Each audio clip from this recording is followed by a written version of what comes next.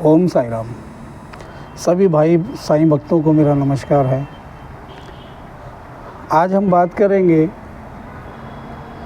शिरडी में जो नीम का पेड़ है, विश्व विख्यात, उसकी जानकारी लगभग लोगों को है, साईं भक्तों को तो विशेष तौर पर है ही, कि शिरडी में जिस नीम के पेड़ के नीचे साईं बाबा 16 वर्ष की अवस्था में प्रकट हुए थे या पाए गए थे, उस पेड़ के, नीम के पेड़ के पत्ते मीठे हैं क्या? ये प्रश्न आज मैं आपको दो प्रकार की जानकारियाँ दूंगा। एक तो साईंनाथ के गुरु कौन थे, साईं बाबा के गुरु कौन थे और उनका समाधि स्थल कहाँ था। दूसरा, शिरडी में साईं बाबा जिस नीम के पेड़ के नीचे ध्यान करते थे, उस पेड़ के पत्ते मीठे हैं क्या? तो ये जानकारी मैं पूरी की पूरी विस्तार से आपको जानकारी दूंगा। जैसा कि मैं पिछले वीडियो में भी आप सबसे आग्रह कर चुका हूँ कि इस चैनल को साई राज के सुर, इसको सब्सक्राइब ज़रूर करें और नोटिफिकेशन का बेल का बटन ज़रूर दबाएं, जिससे कि जो भी वीडियोस मैं अपलोड करता हूँ आप तक पहुँच सकें, साईं बाबा की लीला आप तक पहुँच सके, उनके जो चमत्कार साईं बाबा ने किए अपने जीवन में, वो सब आप सभी लोगों से साझा हो सकें। इसके लिए आप सभी से मेरा निवेदन है कि आप चैनल को सब्सक्राइब अवश्य करें।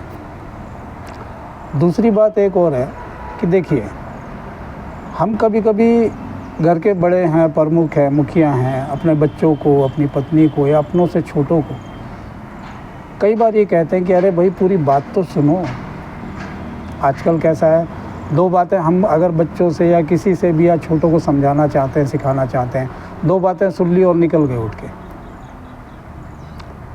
तो हमें कैसा लगता है कि जब तक सुनोगे नहीं तो समझोगे क्या।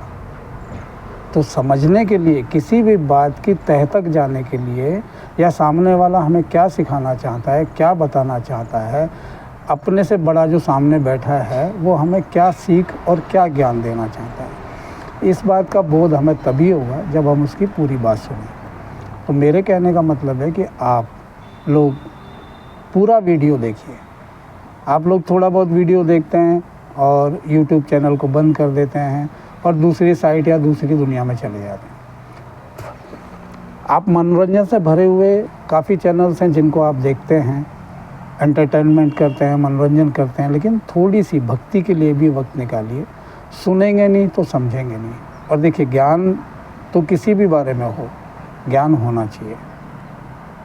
ज्ञान जीवन के, मनुष्य के जीवन को प्रकाशमय बनाता है।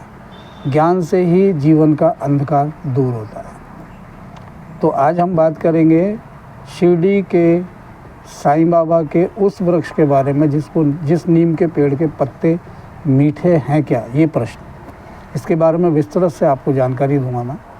दूसरी बात, साईं बाबा के गुरु कौन थे, उनका समाधि स्थल कहाँ था, ये भी आपको बताएंगे।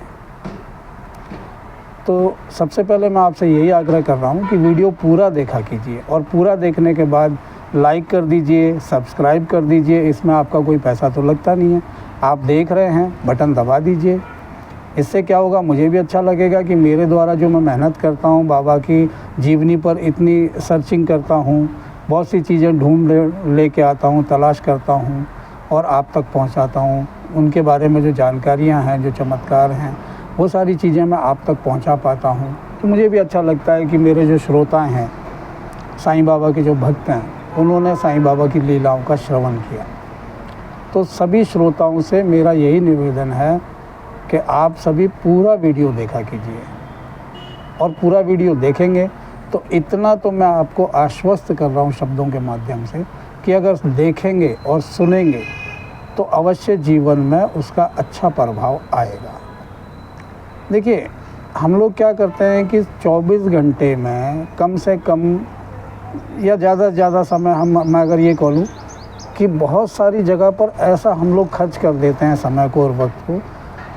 हम अपना समय, कीमती समय और कीमती जीवन को तो हम नष्ट कर ही रहे हैं, वक्त को ज़ाया कर रहे हैं, उसका दुरुपयोग कर रहे हैं। और उसमें विशेष बात समझने की यह है कि जो हमारा कीमती और मूल्यवान समय हम इन तरह की चीज़ों पर व्यर्थ करते हैं, उससे हमें फलित क्या होता है, हमें फल क्या मिलता है। उन सभी चीज़ों से हमारे जीवन में नकारात्मक एनर्जी आती है, नेगेटिविटी आती है। तो नकारात्मक ऊर्जाएं हम अपने जीवन में, अपने परिवार में, अपनी सोच, अपनी चित्त, अपनी बुद्धि में खुद होकर ही स्थापित करते हैं। इसलिए चाहिए, आप सभी के लिए आवश्यक है कि साईं बाबा के सानिध्य में रहिए, उन्हें गुरु मान लीजिए। गुरु मानने के लिए आपको उनकी कोई गुरु दीक्षा लेने की आवश्यकता नहीं है। पिछले वीडियो में भी कहा है कि आप आंखें बंद कर साईं का स्मरण करें, समर्पण भाव से, पूरी श्रद्धा के साथ साईं बाबा से कहें कि हे साईनाथ, आज से मैंने आपको अपना सद्गुरु मान लिया है। आप मेरे गुरु हैं, मेरे पिता हैं और मैं आपका शिष्य हूँ, आपका बच्चा हूँ। आपके ही आशीर्वाद से मुझे मान, सम्मान, वैभव, ऐश्वर्य, कीर्ति, आरोग्य, सफलताएं, शांति सब प्राप्त हैं। मेरे घर के भंडारे भरे हुए हैं, मेरा काम धाम अच्छा है। और आप सभी लोगों से एक बात बताना चाहता हूँ कि इंसान, मनुष्य जैसा सोचता है वैसा ही उसके जीवन में घटित होती हैं घटनाएं। तो अच्छी घटनाओं को घटित होने के लिए जीवन में क्या करना है, हमें अपनी सोच, अपनी जो बुद्धि है, हमारे जो विचार हैं, उनको प्रबल बनाना है। और उनको प्रबल बनाने के लिए हमें सकारात्मक ऊर्जा अपने जीवन में लाना चाहिए। और सकारात्मक ऊर्जा लाने के लिए हमने ईश्वर की भक्ति और ईश्वर के सानिध्य में रहना बहुत आवश्यक है। और साईं बाबा की भक्ति और उनका प्रेम इतने सरल भाव से आपको प्राप्त हो जाता है, जिसके लिए आपको वर्षों तक कोई तप या तपस्या करने की आवश्यकता नहीं है। आपको सिर्फ मात्र इतना ही करना है जो उनका मूल मंत्र रहा, श्रद्धा और सबूरी। आपको अपने जीवन में धैर्य नहीं खोना है। और दूसरी बात, साईं बाबा के ऊपर पूर्ण रूप से श्रद्धा बनाए रखनी है। कभी भी दुख हो या सुख हो, दोनों सूरतों में साईंनाथ का धन्यवाद करते रहें। ऐसा करने से क्या होता है, अगर दुख आ गया तो आप दुखी हैं, आप 24 घंटे जो है दुखी भाव में हैं, चिंतन में हैं, तरह तरह की शंकाएं मन में आ रही हैं। इन्हीं के माध्यम से एक नकारात्मक ऊर्जा स्थापित होती है आपके जीवन में। और जब नकारात्मकताएं हमें चारों ओर से घेर लेती हैं तो जीवन में अच्छे होने के संकेत बहुत कम हो जाते हैं। ऐसे में हमें चाहिए कि समय बुरा हो, कितना भी बुरा हो, कितनी भी संकटें हों, तो भी सोच हमेशा सकारात्मक रखें, ईश्वर का धन्यवाद करते रहें और ईश्वर से साझा करें अपने संकटों को, अपने दुखों को। साईंनाथ से कहें कि साईंनाथ, मेरे ऊपर ये संकट है, आपसे कुछ छुपा नहीं है, आप अंतर्यामी हैं। आपने सदैव हाथ बढ़ाकर मुझे भव सागर में डूबने से बचाया है, मेरी रक्षा की है, मेरे परिवार की रक्षा की है। मेरे पास तो धन्यवाद करने के लिए भी शब्दों की कमी है, फिर भी मैं आपको हृदय से धन्यवाद करता हूँ। तो चलिए जान लेते हैं। फिर से कह रहा हूँ कि सब्सक्राइब ज़रूर करें, बेल आइकन का बटन दबाएं। अपने सुझाव भी कमेंट बॉक्स में ज़रूर डालें। अगर आपको कुछ जानकारी चाहिए साईं बाबा से संबंधित या शिरडी से संबंधित, तो मुझे अवश्य अपने सुझाव कमेंट बॉक्स में डाल के लिख के दीजिए, मैं आपको बिल्कुल उसकी जानकारी दूँगा। शिरडी में 16 साल की अल्प आयु में साईं बाबा प्रकट हुए, वहाँ बैठे पाए गए। और उसी नीम के पेड़ के नीचे, जिस पे वो 16 साल की अल्प आयु में मिले थे, 8 से 10 हजार पहले उसी शिरडी गांव में साईं बाबा पहले एक ऋषि के रूप में जन्मे थे। और ऋषि के रूप में उन्होंने सारा जीवन अपने गुरु की सेवा में बिताया था, इसी शिरडी गांव में। 8 से 10 हजार साल पहले की बात है। ये उनका अगला जन्म तो साईं बाबा के रूप में आए। सॉरी। उसी नीम के पेड़ के, ये नीम का पेड़ भी आज का नहीं है, ये भी हजारों वर्ष पुराना है, जिसके पत्ते हम बताते हैं मीठे हैं। तो नीम कभी मीठा होता है क्या, आपने सुना है कहीं भी? नीम की प्रवृत्ति ही कड़वा है, वो होता ही कड़वा है। अब नीम के पेड़ के ऊपर अंगूर तो नहीं लगेंगे, जामुन नहीं लगेंगे, नारियल नहीं लगेंगे, निमोरी ही आएंगी और वो कड़वी रहेंगी, तो पत्ते भी कड़वे रहेंगे, जाहिर सी बात है। पर शिरडी के उस नीम के वृक्ष के जो हज़ारों साल पुराना है, उस नीम के वृक्ष के पत्ते आखिर मीठे क्यों हैं और कैसे हैं, ये जानकारी आप सभी के साथ साझा करता हूँ। देखिए, नीम के पत्ते मीठे इसलिए हैं क्योंकि उस वो वृक्ष जो है नीम का, वो साईं बाबा जैसे सद्गुरु, देवों के देव, गुरुओं के गुरु, नाथों के नाथ, साईं नाथ के सानिध्य में वो साईं बाबा का नीम का वृक्ष रहा है। और साईं बाबा के सानिध्य में जाने से उस नीम के वृक्ष के पत्ते जो हैं वो मीठे हो गए। अब सोचिए, जो साईं बाबा की शरण में हमें वो नीम के पेड़ से एक सबक मिलता है, और सबक क्या मिलता है कि साईं बाबा के सानिध्य में रह के अगर एक कड़वे स्वाद का नीम का वृक्ष अपने पत्तों को मीठा बना सकता है, तो हम अपने असंतुलित जीवन को साईं बाबा की शरण में जाके संतुलित क्यों नहीं कर सकते। हम अपने जीवन को की कड़वाहटों को मीठेपन में जो है हम क्यों नहीं उसको बदल सकते। हमें पूर्णतः पूरे समर्पण के साथ साईं बाबा की शरण में जाना चाहिए। अगर आप शिरडी नहीं भी जा पा रहे हैं तो जहाँ भी हैं संसार के किसी भी कोने में, किसी भी हाल में, आप वहीं से आंखें बंद करके साईं बाबा का स्मरण करें, उनका चिंतन करें, उनका मनन करें और अपना जीवन में विशेष तौर पे अपनी जो अंदर की आत्मा है उसमें परमात्मा का दर्शन करें। ऐसा करने से आपका जीवन भी उस नीम के पेड़ की तरह मीठा हो जाएगा।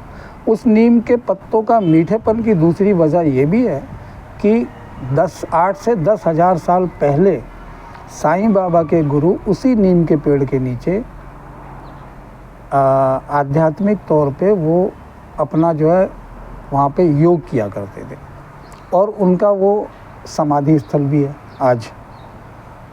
आज बताया जाता है, और ऐसा वर्णन भी है कई जगह में कि उसी पेड़ के वृक्ष के नीचे, यानी कि अगर कहें तो उसको तलघर, जिसको हम इंग्लिश में बेसमेंट भी कहते हैं, पेड़ के नीचे आज भी उनका गुरु स्थान है, साईं बाबा के गुरु स्थान है।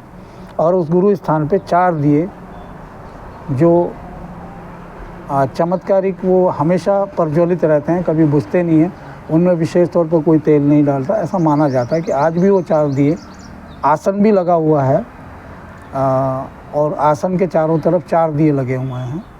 और वो बाबा का जो है एक तरह से आप देखें कि साईं बाबा का भी, उनके गुरु का तो था ही वो स्थल जहाँ पे वो योग किया करते थे। तो इसी तरह साईं बाबा भी वहाँ पर नीम के पेड़ के नीचे ही ध्यान मग्न होकर अपना ध्यान किया करते थे और उनके तप वहीं हुआ करते थे।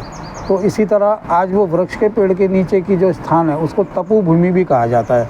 जो शिरडी के साईं बाबा थे उनका वो तपोभूमि स्थल का नाम है तपोभूमि। तो 2 वजह हैं कि उस कड़वे नीम के पेड़ की सारे पत्ते मीठे हो गए क्योंकि साईं की शरण में हैं, साईं के गुरु का देव स्थान है वहाँ पर, तो वो गुरु स्थान की वजह से भी। तो आज भी जब मैंने देखा है, जो भाविक आते हैं, जो श्रद्धालु आते हैं दर्शन करने के लिए, शिरडी में साईं बाबा की जो प्रतिमा है, यानी कि हम उसको कह सकते हैं समाधि स्थल, जो समाधि स्थल पर साईं बाबा की मूर्ति है, ठीक उसी के पीछे साइड में जब दर्शन करके आप पीछे बाहर निकलेंगे तो आपको वो नीम का पेड़ के दर्शन ज़रूर होते हैं, जहाँ पर साईं बाबा का योग स्थान था। वहाँ पर बैठ के वो ध्यान और चिंतन मनन करते थे। तो वो स्थान है जहाँ पे हम लोग सब आज भी दर्शन करते हैं और कोशिश करते हैं उस नीम के पेड़ के चारों तरफ घूम घूम के कहीं से एक पत्ता तो हमें मिल जाए। क्योंकि अभी क्या किया है, उस पूरे पेड़ को, उस पूरे नीम के वृक्ष को पूरी तरह से पैक कर दिया गया है जालियों से, जिससे कि एक तो लोग अंदर ना घुस सकें, वरना लोग गंदगी फैलाते हैं, तोड़ा ताड़ी करेंगे, कोई पत्ते तोड़ने की कोशिश करेगा, इसलिए पूरी तरह उसको ढक दिया गया, कवर कर दिया गया है नीम के पेड़ को। फिर भी कभी कभी तेज़ हवाओं के माध्यम से कोई एक आध पत्ता टूट के जाली के बाहर भी गिरता है आके, तो वो बड़ा धन्य भाग होते हैं जिसको वो प्राप्त होता है, जिसको मिल जाता है। तो लोग एक आध अगर नीम का पत्ता मिल भी गया तो उसे अपने पर्स में अपने संभाल के लेके आते हैं, साथ में थोड़ा चख के भी देखते हैं कि वास्तव में मीठा है क्या।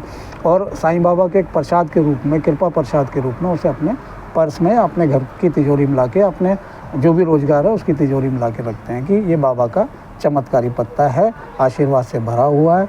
और ऐसी एक धारणा भी बनती है, अगर भाव भी बनता है कि साईं बाबा के इस नीम के पेड़ के मीठे पत्ते से हमारे जीवन, हमारा घर, हमारा जो परिवार है उसमें भी मिठास आएगी। तो आप सभी को मैंने ये सारी जानकारियाँ दी हैं। इन जानकारियों के साथ अभी और भी आगे बहुत सारी चर्चा, बहुत सारी इसी तरह साईं बाबा से जुड़ी जानकारियाँ आप सबको देता रहूँगा। बस आज के लिए इजाज़त लेता हूँ। अगली वीडियो में फिर मैं आपको और भी रोचक साईं बाबा की जो कलाएँ हैं, जो चमत्कार हैं, वो सब आपसे साझा करूँगा। आप सिर्फ मेरे चैनल को सब्सक्राइब कर लें और नोटिफिकेशन का बटन दबा दें, जिससे कि जो भी वीडियो मैं अपलोड करूँगा वो आप तक पहुँच सकूँ। ओम साई राम, ओम साई राम, ओम साई राम।